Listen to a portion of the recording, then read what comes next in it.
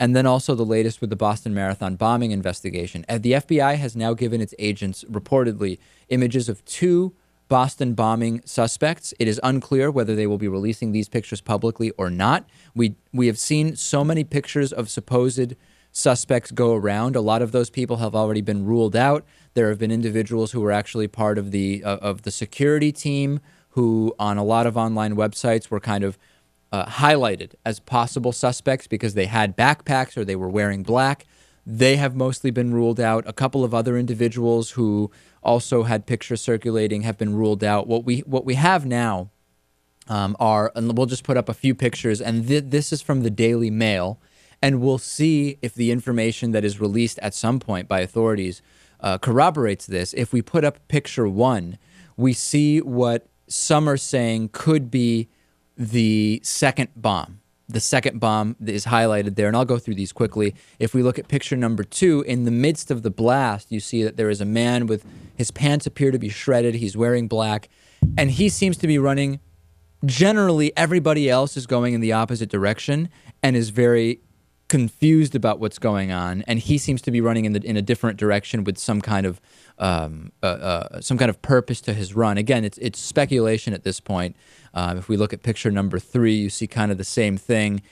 Just because he's pointing in a different direction, though, it's not really proof of anything, I think we have to say. No, it isn't, but and it's then interesting. If we look at further pictures, you'll see here a lot of people pointing to this one. This is in the immediate aftermath, picture number 4, of the blast, and people are basically ducked and kind of in that automatic reaction most people have to an explosion, and this individual is seen running away, which again, some are saying the argument is only if you expect the blast and know what's going on do you appear to be that together, but these pictures are not from that close. Another picture of his shredded pants, picture number 5, and him kind of running away. And as we look at picture 6, this is a screenshot from video footage taken from kind of above the finish line. And some individuals, again, kind of pointing out that he seems to be, his physical demeanor is very different from what everybody else was doing at the time. If you look at picture number 7, this was circulating. These 2 guys, a lot of pictures circulating about these 2 guys, and at least the guy in the blue, and I think both of the guys have been ruled out. So this is just very important not to jump to conclusions about this. And again, some people pointing to these pictures and saying, well, look, the guys were looking away from the race, or at least one of them was. And, the race goes on for hours and hours. Not everybody is going to be looking directly at the race all of the time. So in any case, do you know, Natan, what the latest is about whether we are to expect a press conference with the pictures formally released or anything like that?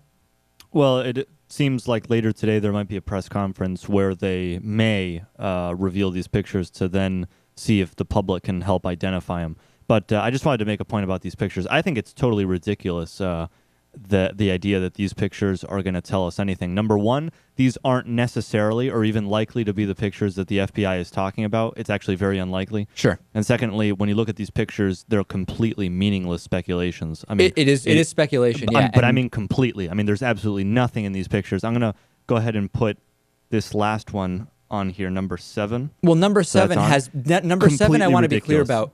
Absolutely, completely ridiculous. These 2 guys are looking the same ways as other people in the same picture. Right, and this was actually the one that the New York Post put up. And the New York Post, of course, has been wrong time after time after time on this entire thing. And right away, people saying, no, actually, the guy in the blue is somebody knew who he was, and then it fell apart very quickly. I would encourage people, there's a very interesting, it's like a 6.5-minute documentary from the New York Times about the Umbrella Man in the John F. Kennedy shooting video. Do you know about this, Natan? Yeah, of course. Lewis, have you seen this? No, actually. There's a guy holding a black umbrella that you see in kind of the very close to John F. Kennedy's car when he was assassinated in Texas in 1963. And initially, people saying, warm day, guy with a black umbrella so close, has to be involved, no other explanation. And the guy ended up years later actually testifying and saying, actually, I was there with a black umbrella because I was protesting John F. Kennedy's father, and the black umbrella was part of my protest. And so just a very interesting documentary in the context here where we see so many pictures floating around. That and some people don't really like getting hit by the sun. That was my initially before when I saw the first 30 seconds of the documentary before seeing the 6 minutes, I said, maybe the guy just has light sensitivity, and because it was a nice day, he had an umbrella. Yeah. Absolutely. So we're going to continue watching that story. I want to remind you that you can listen to and watch our bonus show, which is hosted by producer Lewis every day after this show by being a David Pakman Show member. What is an example bonus show? I'll tell you about today's bonus show. Today we'll be talking about Dennis Rodman now is an FBI informant. He has been officially contacted by the FBI about his trip to North Korea and has provided information. Also, some men were deported for being too handsome. Is this a problem you think you may have someday? This is a story you're not going to want to miss on today's bonus show.